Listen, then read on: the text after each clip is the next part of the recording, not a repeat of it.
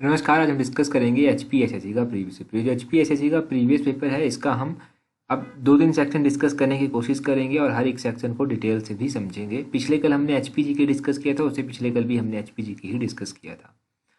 तो question number 121 से हम स्टार्ट करते हैं। यहाँ पर पूछते हैं which one of the following is most widely accepted as the homeland of Indo Aryans. तो निम्नलिखित में से इंडो आर्यंस के स्वदेश के रूप में सर्वाधिक व्यापक रूप से स्वीकृत किया जाता है। ये क्या माना जाता है कि इंडो आर्यंस जो था वो कहाँ से आए थे, इनका जो होमलैंड था वो क्या था, तो वो ये माना जाता है कि सेंट्रल एशिया से ये आए थे। ऑप्शन डी सही आंसर है।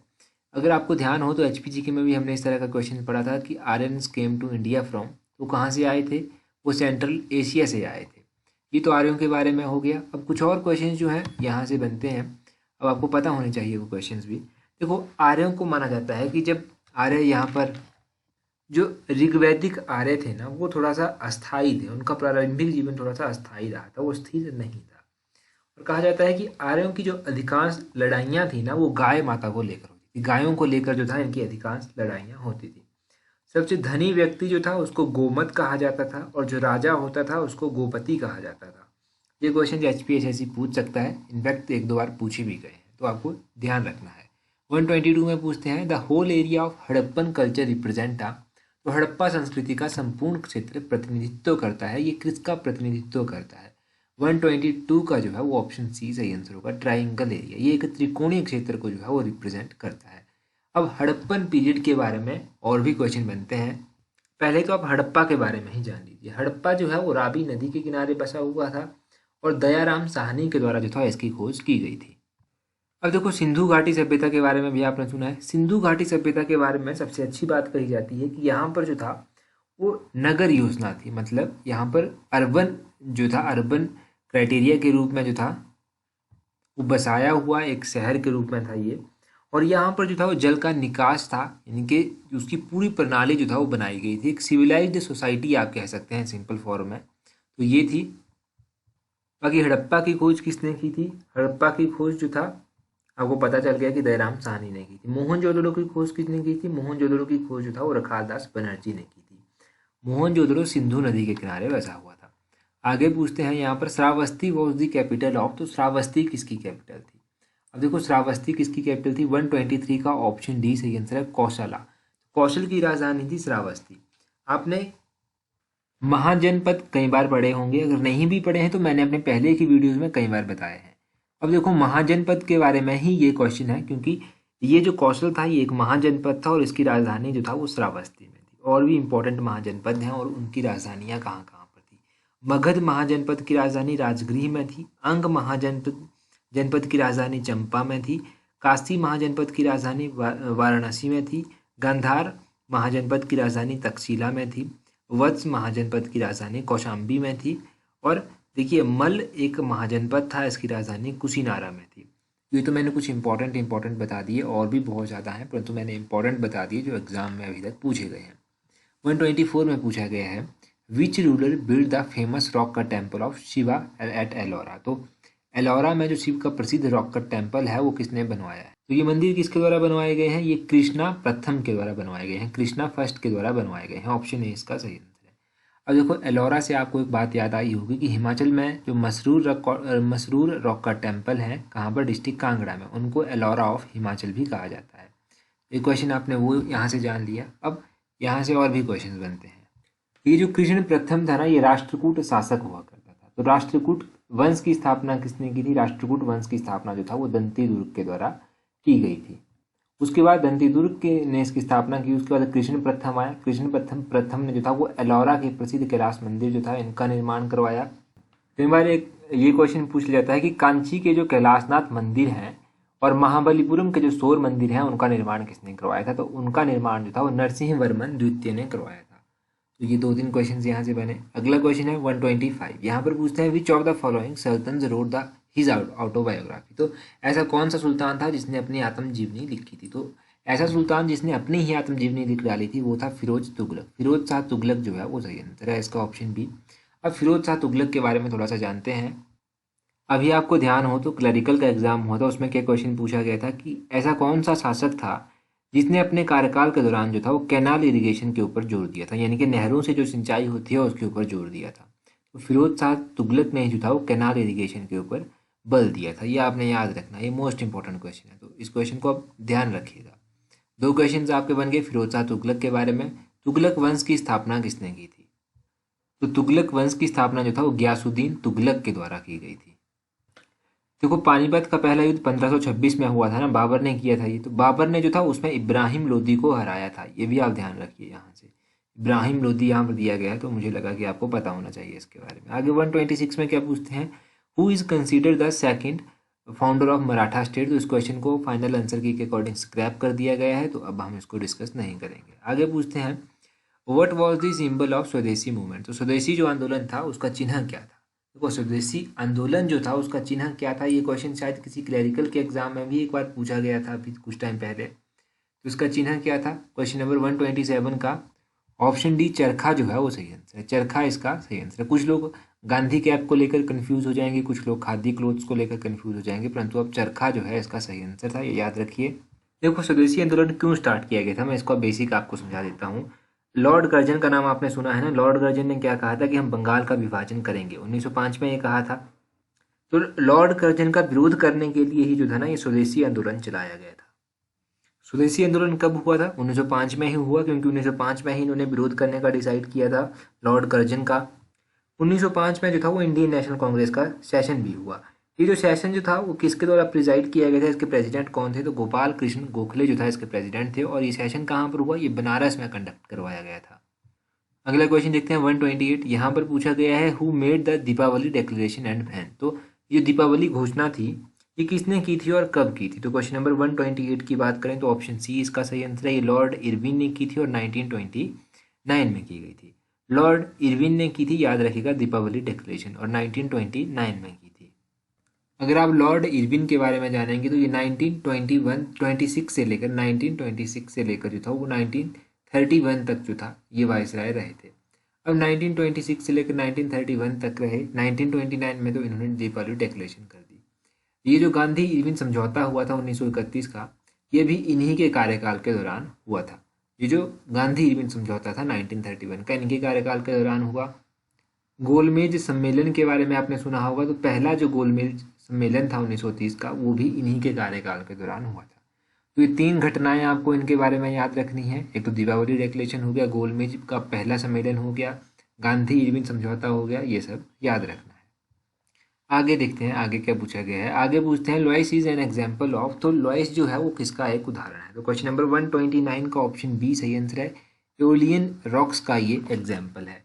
तो एओलियन रॉक्स का ये एग्जाम्पल है। रॉक्स कौन सी है हमारे पास फेमस रूप से? वैसे तो इग्नियस रॉक हो गया, सेडिमेंट्री रॉक हो गया, मेटामॉर्फिक रॉक हो गया, ये 3 हमारे पास इंपॉर्टेंट रॉक्स हैं। यहाँ पर लॉइस पूछा गया है तो ये एओलियन रॉक का एग्जाम्पल है। इस तरह के क्वेश्चन कम पूछे जाते हैं, तो इसको आप ध्यान। आगे पूछते हैं क्वेश्चन नंबर 130 में। देखिए क्या पूछा है। यहाँ पर पूछा गया है विच of the following seismic waves effect only the surface of earth. तो निम्नलिखित में से कौन सी भूकंपीय तरंगें केवल पृथ्वी का सतह को प्रभावित करती हैं? तो ऐसी कौन सी सिस्मिक वेव्स हैं जो अर्थ सरफेस को जो है वो इफेक्ट करती हैं? तो क्वेश्चन नंबर 130 की अगर हम बात करें तो 130 का ऑप्शन सी सरफेस वेव जो है वो सही आंसर होगा। ये इफेक्ट करती हैं किसको? सिस्मिक वेव्स हैं ये, और ये इफेक्ट करती हैं सरफेस ऑफ द अर्थ। अब आपको याद रखना है अर्थक्वेक की जो इंटेंसिटी है वो किस स्केल की या फिर किस इंस्ट्रूमेंट से जो है वो मेज़र की जाती है? तो आपने मिराकली स्केल के बारे में सुना होगा। तो मिराकली स्केल जो है इसके लिए यूज़ किया जाता है to measure the intensity of earthquake. वैसे देखो रिक्टर स्केल भी है, तो रिक्टर स्केल का इस्तेमाल भी किया जाता है अर्थक्वेक के लिए। 131 देखिए which of the following region receive maximum rainfall in winter. तो ऐसा कौन सा क्षेत्र है, प्रदेश है, जहाँ पर शीतकाल में जो है वो अधिकतम वर्षा प्राप्त होती है? क्वेश्चन नंबर 131 की अगर हम बात करें तो इसका ऑप्शन डी सही आंसर है, मेडिटेरियन रीजन। मेडिटेरियन रीजन में जो है वो मैक्सिमम रेनफॉल देखने को जो है वो मिलता है। शायद ये क्वेश्चन ना अभी किसी एग्जाम में पूछा गया था, एग्जैक्टली मुझे याद नहीं, परंतु पूछा गया था किसी एग्जाम में। देखो ये जो मेडिटेरियन रीजन है ना, ये फ्रूट कल्टीवेशन के लिए भी जाना जाता है अच्छी तरह से। तो फ्रूट कल्टीवेशन के बारे में भी आप थोड़ा याद रख लीजिए, इसके साथ इसको रिलेट कर लीजिए। 132 में पूछते हैं the period of the farthest distance between the moon and earth is called. तो चंद्रमा और पृथ्वी के मध्य जो सर्वाधिक दूरी होती है वो कहाँ के, उसको क्या कहते हैं? जब मून और अर्थ के बीच में सर्वाधिक दूरी होती है तो उसको क्या कहते हैं? 132 का जो है वो ऑप्शन ए सही आंसर है, एपोजी उसको कहा जाता है। एपोजी ऑप्शन ए जो है वो सही आंसर है। बस इसके बारे में थोड़ा सा आप यही याद रखिए क्योंकि ये क्वेश्चन जो है ऐसे ही पूछ ले जाएगा आपसे एज सच। आगे देखिए, आगे पूछते हैं those animals which derives their food exclusively from plants are called. तो वे प्राणी जो अपना आहार जो है वो पौधों से प्राप्त करते हैं उनको क्या कहते हैं? उनको जो है वो हार्बीवर्स कहते हैं। ऑप्शन ए जो है वो सही आंसर है। हार्बीवर्स उनको कहते हैं जो देखो एनिमल्स एनिमल्स को खा लेते हैं उनको क्या कहते हैं? उनको कार्निवर्स कहा जाता है। और जो सब कुछ खा लेते हैं, एनिमल्स भी खा लेंगे, फ्रूट्स भी खा, मतलब एनिमल्स भी खा लेंगे और प्लांट्स भी खा लेंगे, उनको क्या कहेंगे? उनको ओमनिवर्स कहेंगे। तो ये आप तीनों के बारे में याद रखिए, कार्निवर्स, ओमनिवर्स, हार्बीवर्स। अगला क्वेश्चन देखिए 134। यहाँ पर पूछते हैं the homeland of Kyrgyz tribe is. तो ये क्वेश्चन काफ़ी इंपॉर्टेंट है। किर्गिज ट्राइब जो है इसका होमलैंड कहाँ पर माना जाता है? तो 134 का ऑप्शन है सेंट्रल एशिया जो है वो सही आंसर है। सेंट्रल एशिया जो है इनका होमलैंड माना जाता है। अगर ध्यान से वीडियो देख रहे हैं तो पहला ही क्वेश्चन जो था वो भी सेंट्रल एशिया से रिलेटेड था। इंडो आर्यंस का जो क्वेश्चन था, दो क्वेश्चन सेंट्रल एशिया के बारे में हो गए। आगे पूछते हैं which type of crops are mainly grown in shifting cultivation. तो जो शिफ्टिंग कल्टीवेशन होती है, स्थानांतरित कृषि होती है, उसमें प्रमुख कौन सी फसलें उगाई जाती हैं? 135 का ऑप्शन है फूड क्रॉप्स जो है वो सही आंसर होगा। फूड क्रॉप्स जो है वहाँ पर मुख्य रूप से उगाई जाती हैं। 136 में पूछते हैं the Nag Tibba is the mountain range of the. तो नाग टिब्बा जो है वो पर्वतमाला है, ये किसकी पर्वतमाला है? 136 का ऑप्शन है लेसर हिमालय जो है वो सही आंसर है। हिमालयस के बारे में पूछा जाता है कि किस तरह के माउंटेन हैं, तो हिमालयस जो है वो फोल्ड माउंटेन्स की श्रेणी में आते हैं। याद रखिएगा, हिमालयस फोल्ड माउंटेन की श्रेणी में आते हैं। अभी क्लैरिकल के एग्जाम में क्वेश्चन पूछा गया था, इससे पहले भी 2-3 बार पूछा जा चुका है। 137 में पूछते हैं which river divides the Deccan table land from northern India. तो कौन सी नदी दक्षिणी टेबल लैंड को उत्तरी भारत से विभाजित करती है? तो 137 का जो है वो ऑप्शन डी सही आंसर है, नर्मदा। नर्मदा नदी जो है इसको विभाजित करती है। नर्मदा नदी के बारे में एक और क्वेश्चन पूछ जाता है कि ये निकलती कौन से स्टेट से हैं? तो ये मध्य प्रदेश से निकलती हैं। अगर एग्जैक्टली पूछ लिया जाए तो ये अमरकांतक रेंजेस से जो है वो निकलती है। अमरकांतक माउंटेन रेंज जो है वहाँ से ये निकलती है नर्मदा नदी। और ये फाइनली जाकर कहाँ पर मिलती है? ये अराबियन सी में जाकर मिलती है। आगे देखिए 138 क्वेश्चन यहाँ पर पूछते हैं which of the following areas is not affected by monsoon of the Arabian sea branch. निम्नलिखित में से कौन सा क्षेत्र अरब सागर शाखा के मानसून से प्रभावित नहीं होता है? 138 का जो है वो ऑप्शन डी सही आंसर है। दी पंजाब रीजन, पंजाब प्लेन जो है, पंजाब का जो मैदान है वो जो है वो अरब सागर शाखा के मानसून से प्रभावित नहीं होता। नेक्स्ट क्वेश्चन देखिए यहाँ पर पूछते हैं the amendment of the Indian constitution restricts the size of union ministry. तो ऐसी कौन सी संविधान का संशोधन है जिससे जो है वो संघ मंत्रिमंडल के आकार को सीमित किया गया है? तो अगर आपको पता हो तो 91st कॉन्स्टिट्यूशनल अमेंडमेंट। तो 91st ऑप्शन डी सही आंसर है। ये जो 91st कॉन्स्टिट्यूशनल अमेंडमेंट है ये कहती है कि जो यूनियन मिनिस्ट्री का साइज होगा वो पूरी स्ट्रेंथ के 15% से ज़्यादा नहीं हो सकता। इस तरह की ये बात करती है। अब यहाँ से आपको याद रखना है 144 क्वेश्चन देखिए controller and auditor general of India is appointed by. तो कैग को कौन अपॉइंट करता है? कितनी बार हम पढ़ चुके हैं इसको कि कैग को कौन अपॉइंट करता है? ये प्रेसिडेंट के द्वारा अपॉइंट किया जाता है। प्रेसिडेंट को जो है वो शपथ कौन दिलाता है? तो चीफ जस्टिस ऑफ इंडिया जो है वो शपथ दिलाते हैं प्रेसिडेंट को। प्रेसिडेंट ने अपना रिजाइन देना हो तो किसको देंगे? वाइस प्रेसिडेंट को अपना रिजाइन ये दे देंगे। वाइस प्रेसिडेंट ने अपना रिजाइन देना हो तो किसको देंगे? ये प्रेसिडेंट को अपना रिजाइन दे देंगे। ये बेसिक क्वेश्चन है, याद रखिए। आगे 145 में क्या पूछते हैं which one of the following bills must be passed by each house of Indian parliament separately by special majority. तो निम्नलिखित में से कौन सा विधेयक भारतीय संसद के प्रत्येक सदन के द्वारा पृथक पृथक विशेष बहुमत से पारित किया जाना आवश्यक है? 145 का ऑप्शन डी सही आंसर है, कॉन्स्टिट्यूशनल अमेंडमेंट बिल। अगर कोई भी कॉन्स्टिट्यूशनल अमेंडमेंट बिल है तो वो ईच हाउस में जाएगा, राज्यसभा में भी जाएगा, लोकसभा में भी जाएगा, और उसको जो है वो उस बिल को जो है वो स्पेशल मेजॉरिटी के साथ जो है वो सेपरेटली दोनों हाउसेज में पास करना पड़ेगा, तभी वो जाकर एक्ट बनेगा। 146 में पूछते हैं the disputes regarding the election of the president and vice president of India is decided by. तो अगर मान लीजिए वाइस प्रेसिडेंट और प्रेसिडेंट के इलेक्शन को लेकर कुछ झगड़ा हो जाता है तो उसका विवाद, उसका निर्णय जो है वो कौन करेगा उस विवाद का? 146 का जो है वो ऑप्शन सी सुप्रीम कोर्ट जो है वो सही आंसर है। ये पावर सुप्रीम कोर्ट के पास है।